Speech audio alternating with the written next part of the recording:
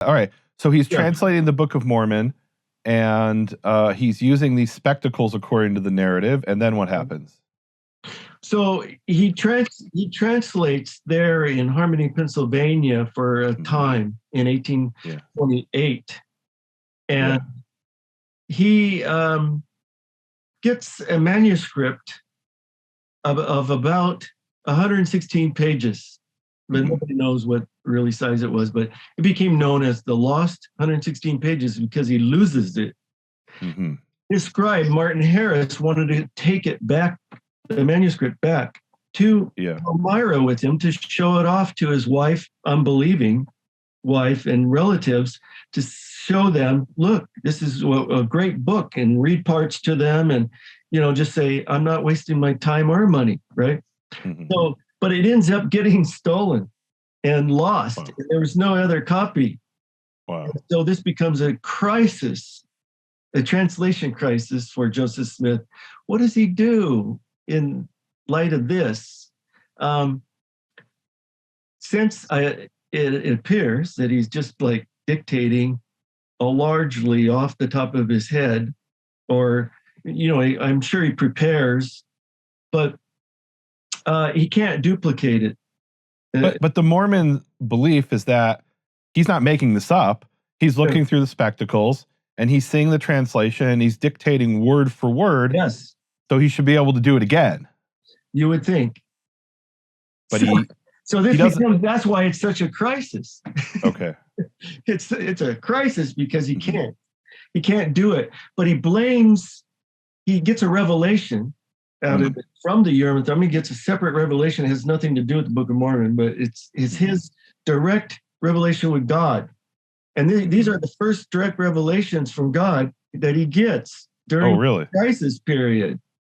So this is an important point. The Mormon scriptures isn't just the Book of Mormon, or the LDS scriptures. It isn't just the Book of Mormon.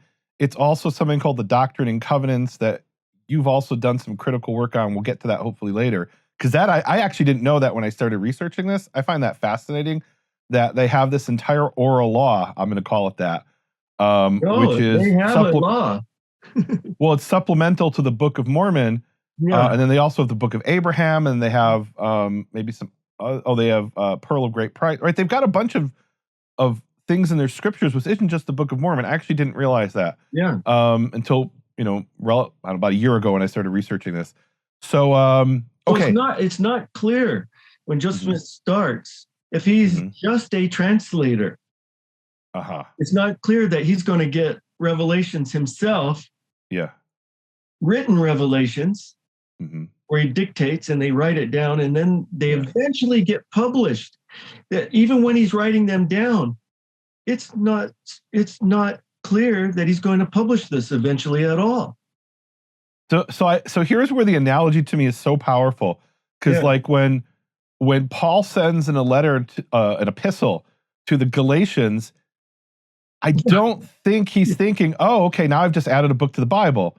He's thinking these Galatians have got to be set right because they're doing things wrong. But then it becomes canonized, and here we can see this happening almost in real time with the Doctrines and Covenants. It's called D&C, Doctrines and Covenants? Yeah, the Doctrine and Covenants. Doctrine and Covenants. Okay. All right, we'll come back to that. And there's covenants, or promises, or and originally it's not called that. It's called the Book of Commandments, which I want to come back to that, because that in itself is really fascinating. It's almost like their Mishnah and Talmud. I'm going to use the analogy here.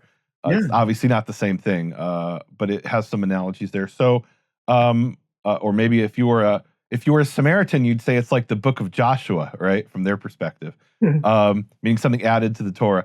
So all right. So he gets a revelation, and the revelation is what? What do you do about the lost 116 pages? The revelation says for him not to translate the same over again, because the wicked and designing men have changed or altered the manuscript so that if he tries to translate it again, it will read differently, and they will use that as evidence against him. So the work of so God. that's really interesting. So in other words, I'm just thinking out loud here. So if in the original 116 pages, he said, Lehi was 24 years old or something. I'm making stuff up. It might not be in there. And then when he redoes it, Lehi is 25 years old. They'll say, see, he's making it up and he got the details wrong. Is that what it's implying? Yeah, right. Okay. And Martin Harris, who was the scribe, might remember some of that even, So, okay. So he doesn't translate the same, but he doesn't have. He kind of fires Martin Harris as the scribe. Okay, I think that was probably a good decision on his part. If the guy, because Martin Harris had made some kind of an oath that he wasn't going to show it to more than 3 people, and then he's showing it to everybody left and right, and then he loses it. Yeah, and the thing is that Martin Harris had to ask Joseph Smith 3 times to take the manuscript. Oh, wow. It was no, okay, and so he does, and he's not supposed to show it to anyone but his wife, but according to Joseph Smith, he showed it to more people and broke his commandment, his covenant, and that's why he's being punished.